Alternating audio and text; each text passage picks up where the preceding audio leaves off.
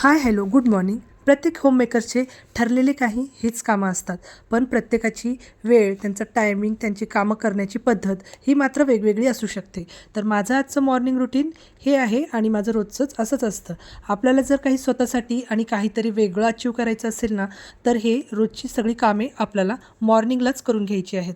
तरच आपल्याला स्वतःसाठी वेळ काढता येतो आणि आपल्या आवडीनिवडी, आपले स्वप्न पूर्ण करण्यासाठी जे काही करायचं ठरवलं असतं ना, आपण कुठली तरी कला शिकणे, काही आपल्या आरोग्यासाठी ते करण्यासाठी ना आपल्याला भरपूर असा वेळ भेटत असतो. कारण सकाळच्याच टायमामध्ये कामं जर करून घेतली ना तर खूप फास्टसुद्धा कामं केली जातात आणि ते कामं आपले वेळेत पूर्णसुद्धा होतात.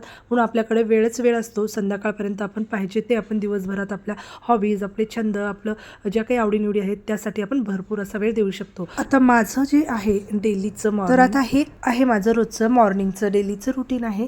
आणि आता मिस्टर ऑफिसला गेले आणि मुलंसुद्धा स्कूलला गेले. त्यांचे सकाळचे टिफिन बनवून झाले, त्यांचे नाश्तेसुद्धा झाले आणि सकाळचं एक स्वयंपाकाचा माझा जो असतो एक टप्पा तो पूर्ण झालेला आहे आणि दुपारचंसुद्धा अजून करायचं बाकी आहे. मग मिस्टर गेले, हे दोघं गेल्याच्या नंतर मी काय करते, लगेच मी थोडासा माझा योगा करून घेत असते. घरी आपण योगासुद्धा करणं आपण होममेकरसाठी खूप गरजेचं आहे. आपल्याला फिट राहण्यासाठी योगा, वॉकला जाणे हे खूप महत्त्वाचे आहे.